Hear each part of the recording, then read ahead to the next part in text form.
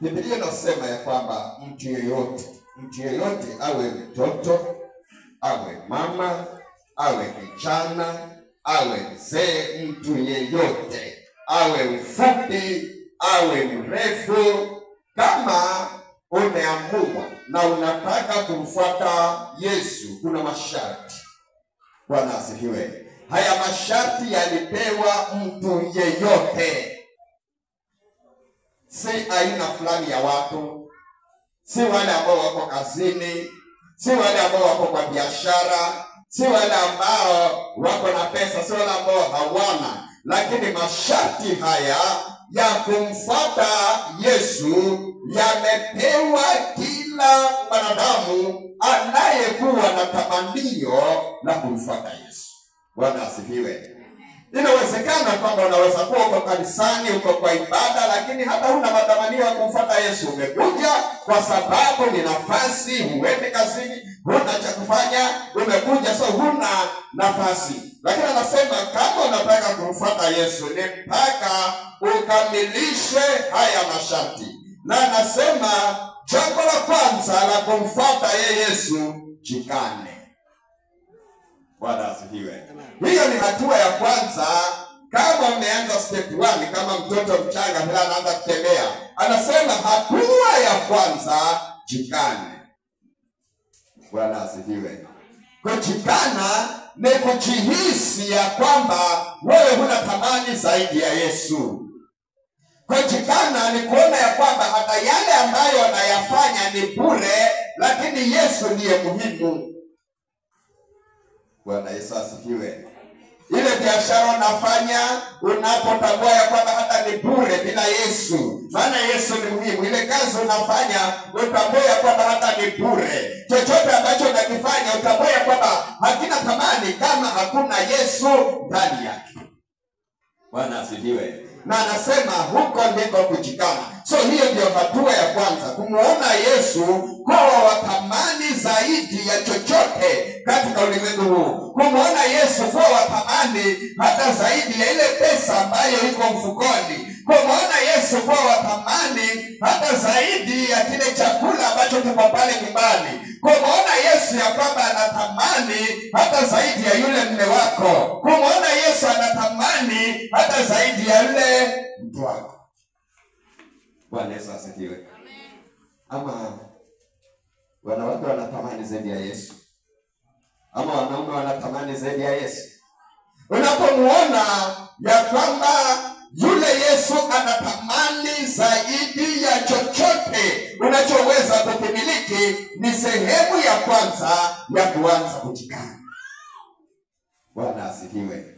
Lakini sisi tunaona yale tunafanya na tamani zaidi ya Yesu. Ndio maana kunaweza kuwa na ibada na ukabaki pale nyumbani kwa sababu unafua. Maana kufua ni tamani zaidi ya Yesu.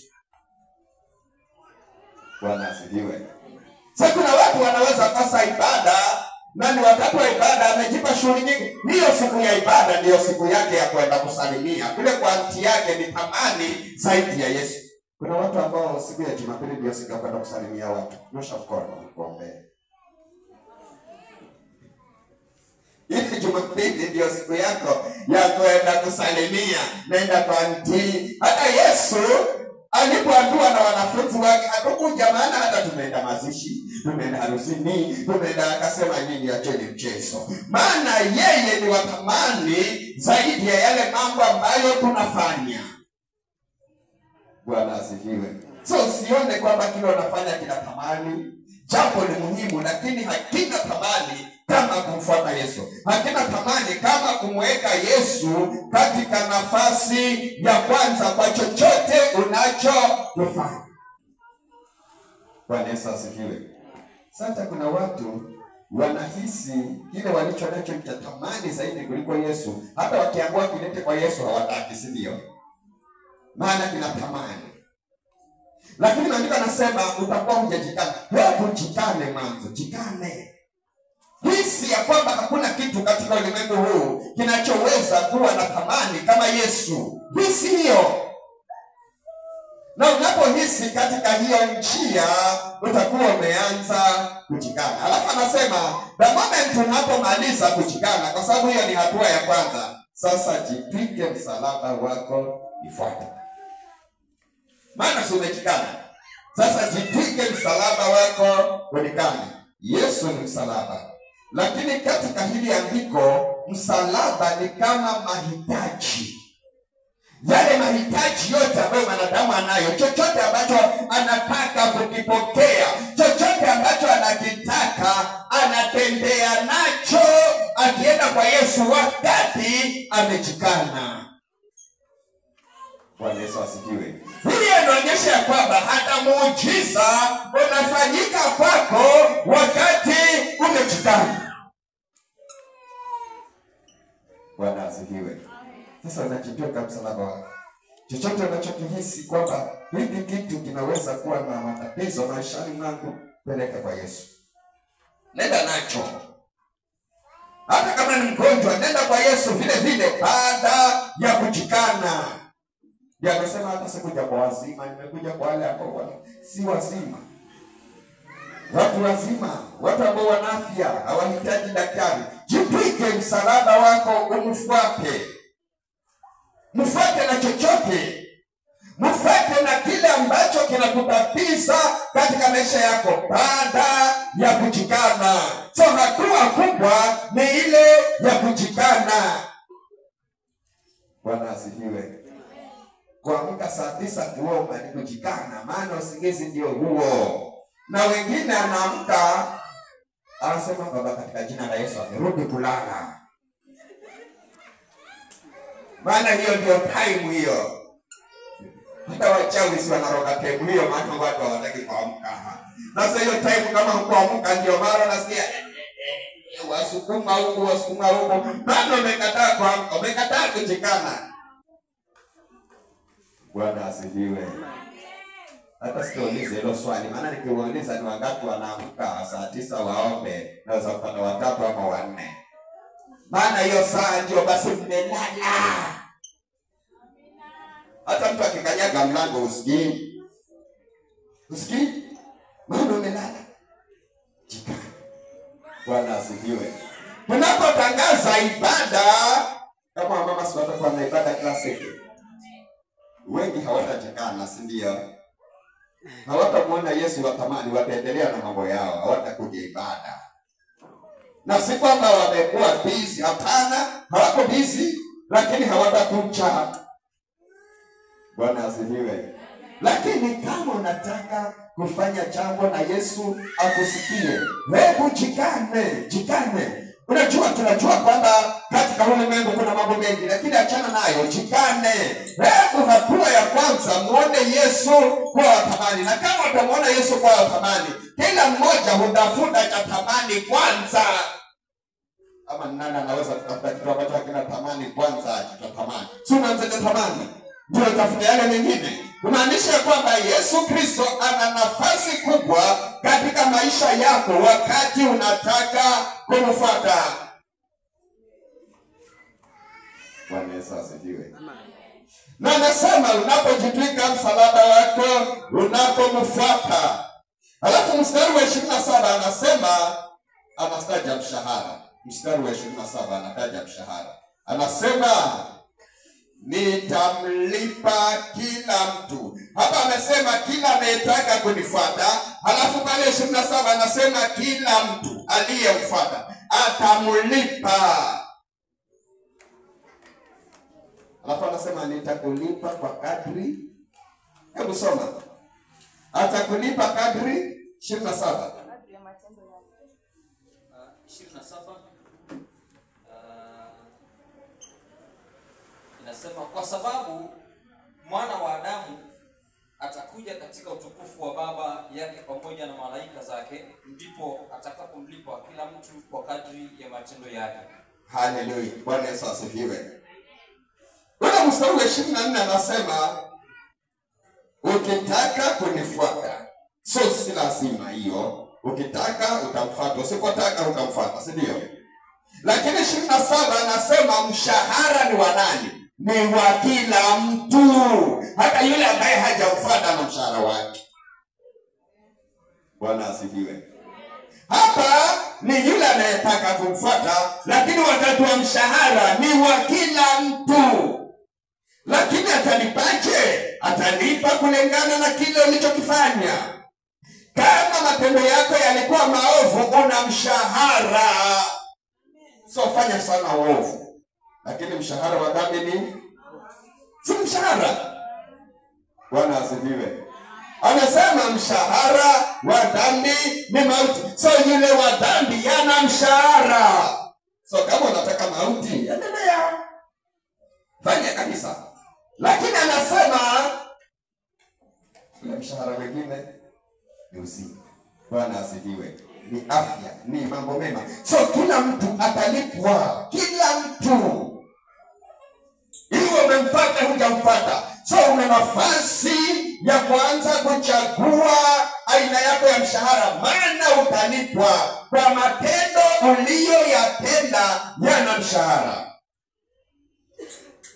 Bwana Yesu asifiwe. Hata wakati unafanya kazi, Yesu anakuona, anasema huyu nina mshahara naye. Ndio maana unaweza kufanya kazi ndogo na mapato yakawa makubwa. Mungu anakulipa kwa sababu ya kile ambacho unakifanya, yale matendo ambayo unayafanya. Kama ni kusaidia watu unasaidia, kama ni fungu la kumi unatoa, kama ni kujenga kanisa, haya unajenga. Nasema hapa nitajenga. Mungu analipa. Si kwamba kile unachokifanya ni bure, utalipwa. Bwana Yesu asifiwe. Sasa unaweza kuanza kufikiria, je, utalipwa nini? Matendo yako ni yapi ndio upate mshahara? Mshahara wako ni upi? Maana kila mtu awe amemfuata hajamfuata atalipwa. Bwana Yesu asifiwe. Mimi nitalipwa, wewe utalipwa, yule mwingine atalipwa, na mwingine atalipwa. Lakini ni nini utakacholipwa? Maana unalipwa kulingana na yale matendo ambayo unayapenda. So kama matendo yako si ya mshahara mzuri, utapewa mshahara ule mbaya, maana mpaka utalipwa. Bwana Yesu asifiwe. Simama uanze kutafuta mshahara mzuri. Na kutafuta mshahara mzuri ni kumwona Yesu kuwa wa thamani zaidi ya kile ambacho unakithamini katika nyumba yako. Hiyo ndio hatua ya kwanza. Bwana asifiwe. Muone Yesu kuwa thamani. Yesu akikwambia fanya, maana ni wa thamani. Bwana Yesu asifiwe. Mama mmoja kule Kilifi, mama mzee, akawa ameletewa ng'ombe na watoto wake. Sasa anafuga huyo ng'ombe mmoja tu, aufunge, amletee manyasi, ng'ombe yale, haya mfunge. Lakini Yesu akanena naye, akamwambia huyo ng'ombe mpeleke kanisani.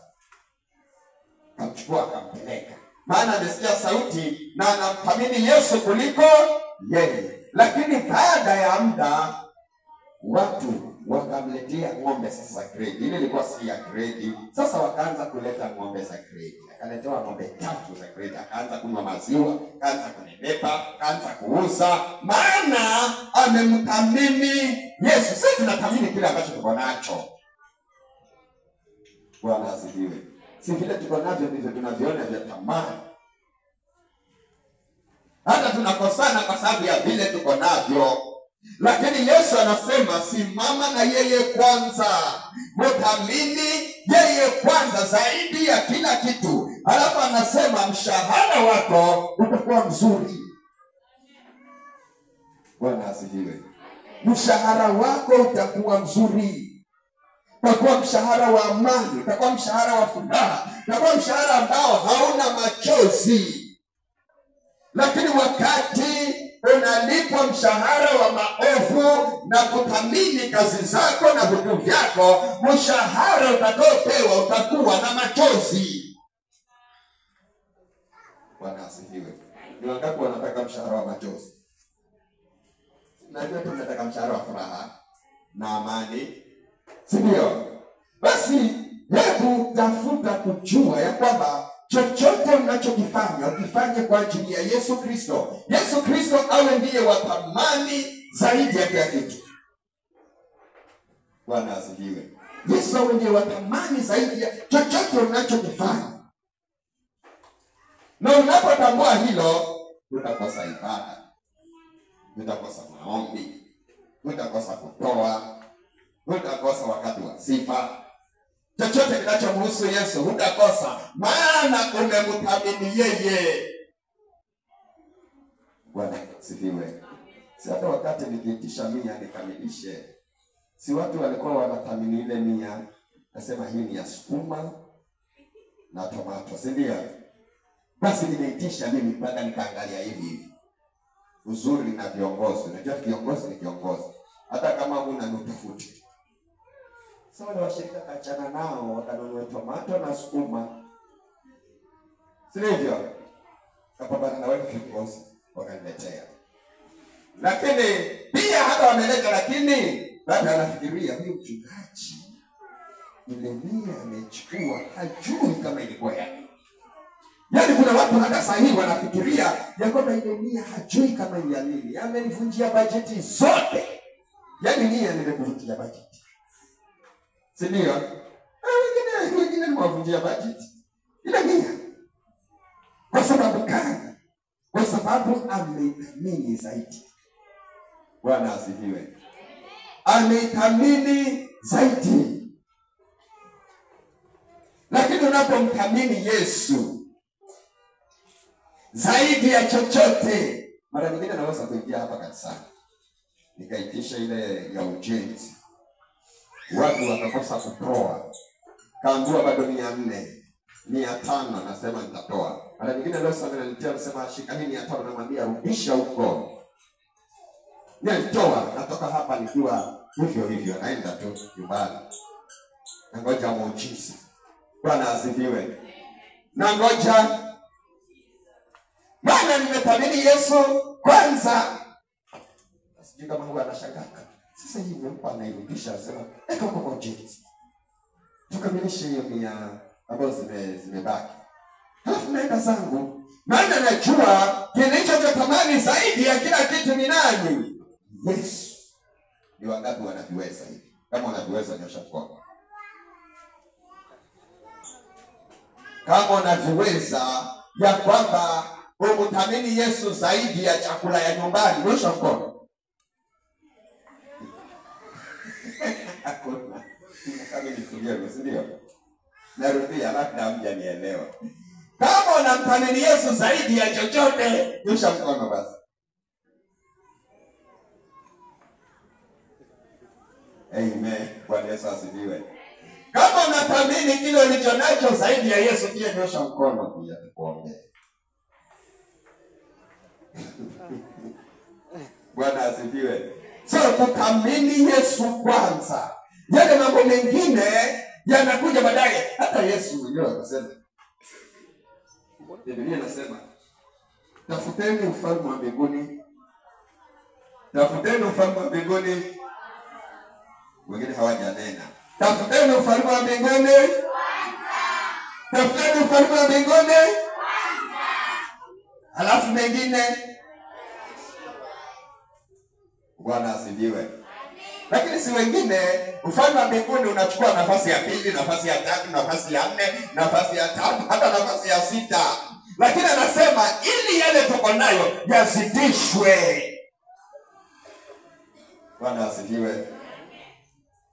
Unaweza kulima mabiringanya na ukapanda mabiringanya 3 tu, lakini ukala mabiringanya kila siku.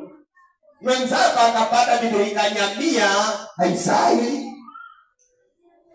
Kwa sababu gani? Huyu wa 3 anazidishiwa, lakini huyu wa mingi ambaye hajamthamini Yesu inapunguzwa. Mbona hii 3 yako inazaa sana, mimi yangu haizai? Umetia mbolea gani? Mbolea gani? Na mbolea ni Yesu. Bwana asifiwe. Mbolea ni Yesu. Kwani ni wangapi wanaweka mbolea wakati tu? Anaweka dawa tena inapigwa mara 3. Kama ni dawa, kwanza wale watu wetu kule Malindi, anapiga dawa ya kwanza, dawa ya pili, aeke mbolea, watu wakivuna hana. Maana kile kitu kitasababisha ufanikiwe ni kusimama na Yesu kwanza, halafu mengine yote yazidishwe. Hawezi kuzidisha kama hujasimama na yeye Yesu kama nafasi yako ya kwanza. Bwana Yesu asifiwe. Simama na Yesu kwanza, mthamini Yesu kwanza, halafu mengine yatafanya nini? Bwana Yesu asifiwe. Hata mwisho wa mwezi tunaweza kuanza kusema hizo school fees na zikae, napeleka kwa urgent mwanzo, maana namthamini Yesu mwanzo, halafu uone kama atarudishwa shule. Lakini si wengi atasema mwisho wa mwezi huu. Sasa mwisho wa mwezi imepita mingapi? Huko shule imepita mingapi? Hapa kanisani mwisho mwezi mmoja tu. Leti tujenge. Thamini Yesu kwanza. Bwana asifiwe. Thamini Yesu kwanza, halafu yale mengine yanakuja tu, yanakuja tu, yanakuja tu, yanakuja tu, yanakuja tu, yanaongezewa, ukitaka yapungue yanaongezwa. Mama mmoja tena mchane, huyo mama, eneo moja linaitwa Serekta. Ile eneo lilikuwa linaitwa Serekta. Huyo mama kulikuwa na njaa. Si njaa hata leo iko. Si hata wengine wana njaa saa hii hapa. So kukawa na njaa, kukawa hakuna chakula huko Serekta. Na wakati hakuna chakula, watu walikula yale ambao wamesevu, ile vitu wamesevu, lakini wakamaliza. Kwa hakuna chakula. Lakini huyu mama kwa bahati nzuri akawa ndani ya nyumba, baada ya kula akawa bado kuna mafuta kidogo, na kukawa bado kuna unga kidogo. Na lengo lake alikuwa anaenda kutegeza mkate. Inaonekana ilikuwa ngano hiyo. Mafuta na unga kidogo. Akawa anataka ategeze mkate mkate mdogo tu. Ale na nani? Na manawe. Halafu wangoje. Wamekufa maana hakuna kingine. Bwana asifiwe. Lakini maandiko yanasema mtumishi wa Mungu Elisha. Sasa Elisha anachukua nafasi ya Mungu. Akakutana na yule mama akitafuta kuni ngapi? Yaani kila kitu kidogo. Hata kuni nazo mbili. Maana akisema anatafuta nyingi atachoka bure kukusanya kuni, na chakula ni cha ngapi? Cha kuni mbili. Ama nisale nacho. Lakini akakutana na mtumishi wa Mungu. Na anaulizwa, mama unatafuta kuni? Nimekuja hapa msituni natafuta kuni mbili. Watumishi wa Mungu mbili. Unataka kupika nini? Anasema nataka nikajipikie mkate nile na mwanangu tungoje kufa. Yule mtumishi akasema hiyo si shida. Mkate pika, halafu wewe na mwanao musile. Kiambo wewe utafanya? Utafanya? Utafanya? Anaambiwa mkate tengeza, lakini wewe na mwanao msile. Nipeni mimi mwanzo nile. Sasa mkate ni wa mtoto. Anasema nipeni mimi nile na kwa sababu anathamini Mungu zaidi ya kitu chochote, maandiko yanasema hapa juu hakushindana. Alitoka na kuni zake mbili pamoja na mtumishi wa Mungu. Mtumishi wa Mungu amevaa kofia ya kiungu. Akafika nyumbani, mtumishi akakaa. Akaeka kuni zake mbili. Akaeka mafuta. Akakanda. Akamaliza. Akabeba na tray. Mabeba na tray. Mabeba na tray na kule nyumbani kule kwa nyuma Mungu bakisha chochote. Mabeba na mpaka mate yanamdondoka kwa sababu hata kula. Alafu akamwekea huyo mtumishi wa Mungu pale. Baada ya kumwekea, mnafikiria alikaa hapo? Yaani mtumishi nakula pale, yeye hana na mtoto wake hawatakula. Unaweza kufikiria je, yeye alikaa hapo kwa meza ama alienda kujikalia kando akafanya hivi? Bwana asifiwe. Lakini mtumishi wa Mungu akala bila kuangalia. Alipomaliza anasema, asante, nimeshiba. Nachukua nafasi ya Mungu, anasema nimeshiba. Yule mama anangoja nini? Kufa. Sasa alikuwa ni hali ya afya na hata hajala, si tayari kifo kinakuja mapema.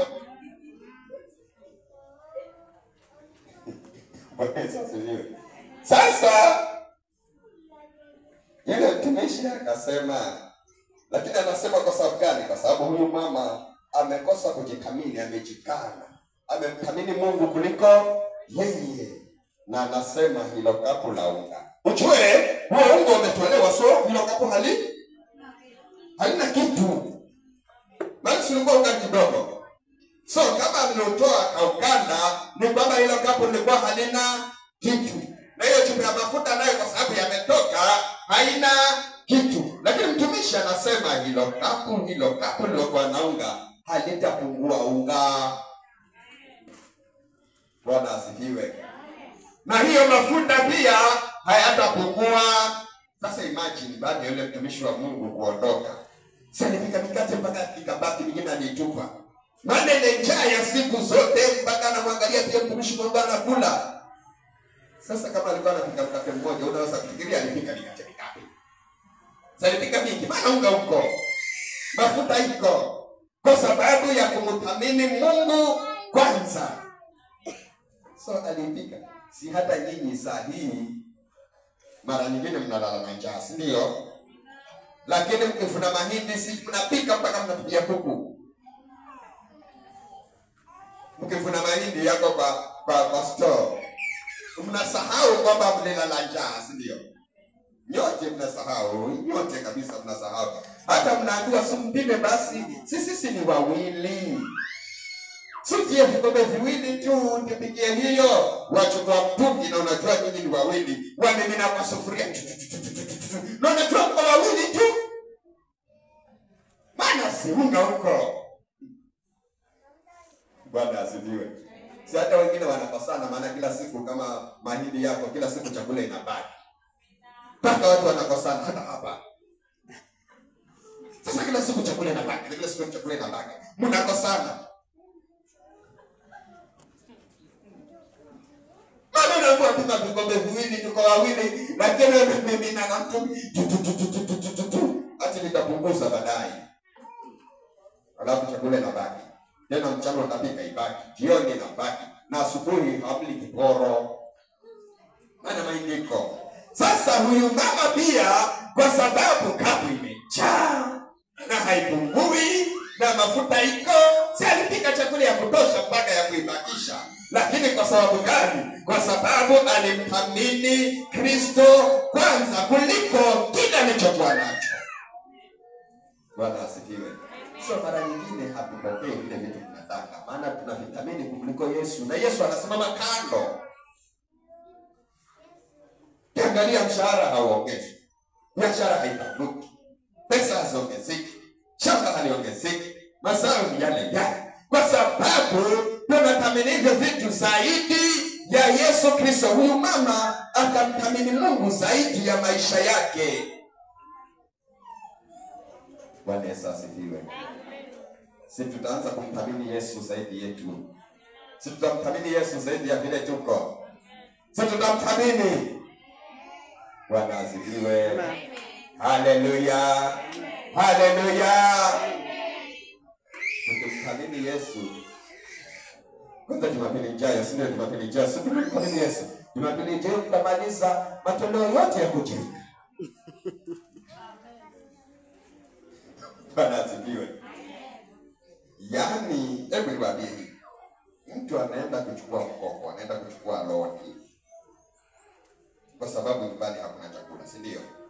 Hiyo inunue chakula. Mwingine anachukua loni, anaenda ananunua vitu. Mwingine anachukua loni, anaenda anaweka mabati. Mwingine anachukua loni. Lakini mbona unachukui loni ukaja ukamaliza kanisa ya Mungu? Kama unamthamini. Bwana asifiwe. Bwana usichukue huo mkopo ukaje ukamaliza. Basi hata usijenge mahali pakubwa kwa wakile tu cha ahadi. Haleluya. Ni wakati wa kukofia manyosha mkono. Yaani nakukopia manyinyi wa mama na wazee. Si tunafundishana kama kwa chama nyosha. Chama yoyote. Hata kama ni ya pale kazini. Watu wanashangaza. Unajua hiyo mikono sioni. Naenda step 2. Kama uko kwa chama simama. Watu waje nyenye kwa chama chake. Huko nyumbani. Simama kama uko kwa chama. Tunafundishana si mfano tu. Sisemi mlete lakini utaleta kama umeguswa na Yesu. Sasa kama uko kwa chama usisimame na mimi kuone.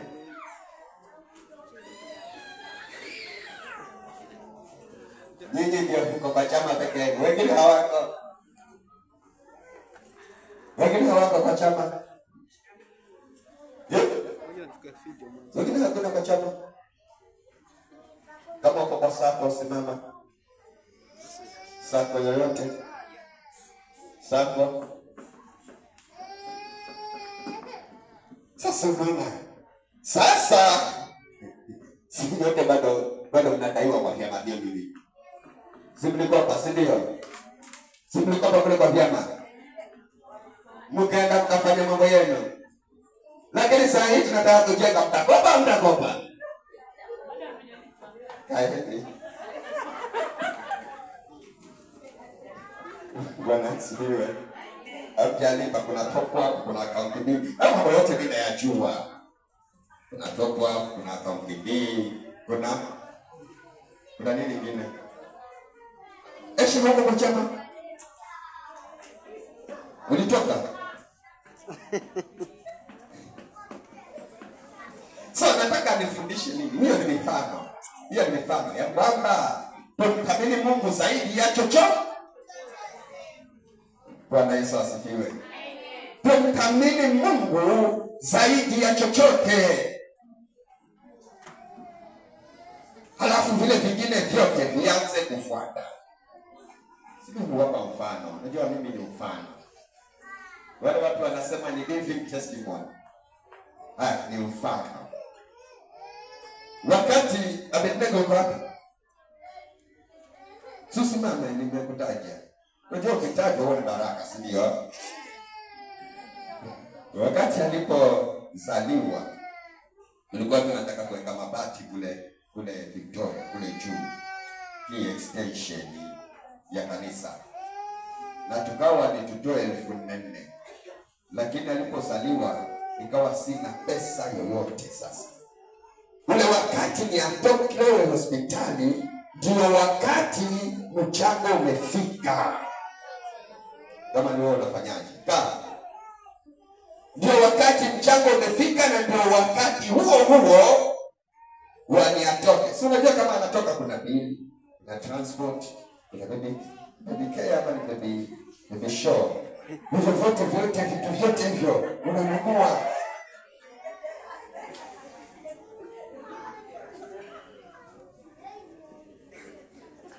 Sasa nikatafuta ile 1400 iliyokuwa inapatikana. Jumapili ndio tunatoa. Jumatatu Abednego naye atoka hospitali. Sina. Lakini nikafanya bidii, nikapata zile nikaenda nazo. Na unajua kama una mafikira madeni mengine na huko unatoa, si utoi na confidence na pole pole. Kana kwamba unasema mchungaji sitarudishia. Yaani huwa unatoa tena, yaani unatoa alafu kana kwamba yaani kana kwamba unasitaka.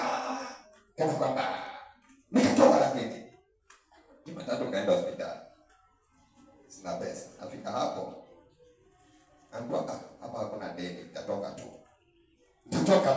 Sema hakuna deni vipi? Wamekaa hospitali siku 17. Anguaka hakuna deni, utasaini pale utoke. Sawa. Kashukuru kakumbuka kwamba Mungu amelipa. Bwana asifiwe. Mungu amefanya nini? Amelipa. Haya, muujiza mwingine. Ninatoka, tusha saini sasa ni watoke. Naenda barabarani kutafuta tuktuk. Tuktuk ndio za haraka. Ukimlipa 200 anakupeleka kwa tuktuk. Naenda kutafuta tuktuk ili at least waingie nyumbani.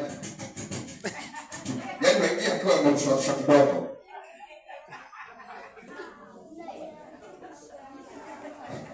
Natoka kidogo hapo nje.